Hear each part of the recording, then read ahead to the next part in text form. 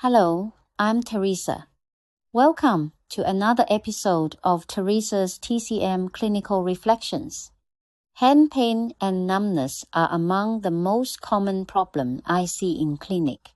Some people notice tingling in their fingers.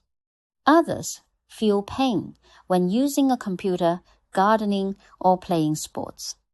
Although the symptoms seem similar, I have learned that they don't always come from the same place. Today, I'd like to share how I usually approach these patients in my clinic. Many people naturally look at the hand when it hurts. Sometimes that is exactly where the problem is. But quite often, I find that the symptoms are only appearing in the hand. The real imbalance may begin somewhere higher. That is why I always remind myself not to look at the hand alone. Traditional Chinese medicine teaches us to see the whole pathway rather than only the painful area. When someone comes with hand pain or numbness, I don't only examine the fingers. I also look at the shoulder, the chest, the elbow, and the forearm. The meridians connect all of these areas together. Sometimes treating the pathway gives better results than treating only the hand itself. This holistic view is one of the things I value most in traditional Chinese medicine. One simple way I organize my thinking is by asking where the symptoms are.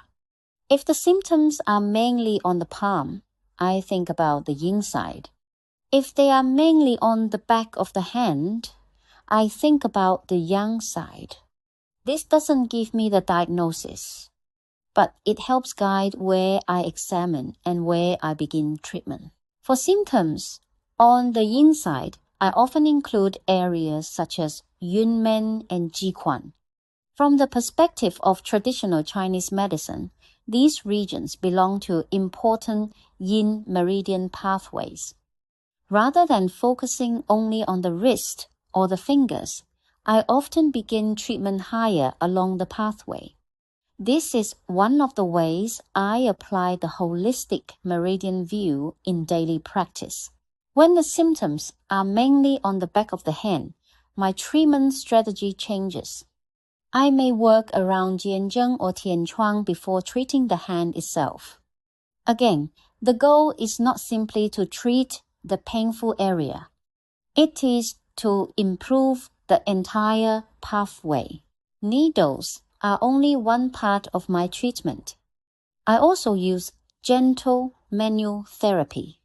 For yin-side symptoms, I often release the anterior wall of the axilla. For yang-side symptoms, I more often work on the posterior wall.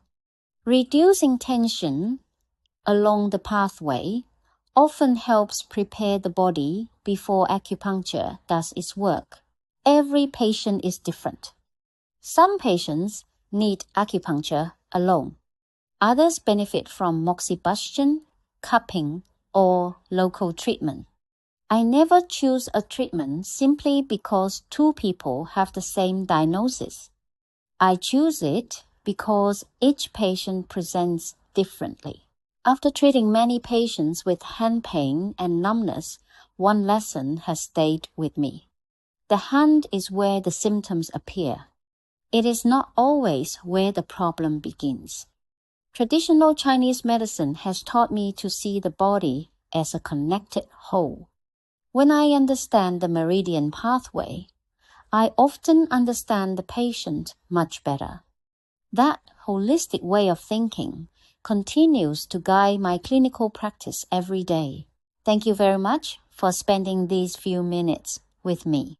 I hope today's reflection has helped you better understand how I approach hand pain and numbness through the principles of traditional Chinese medicine.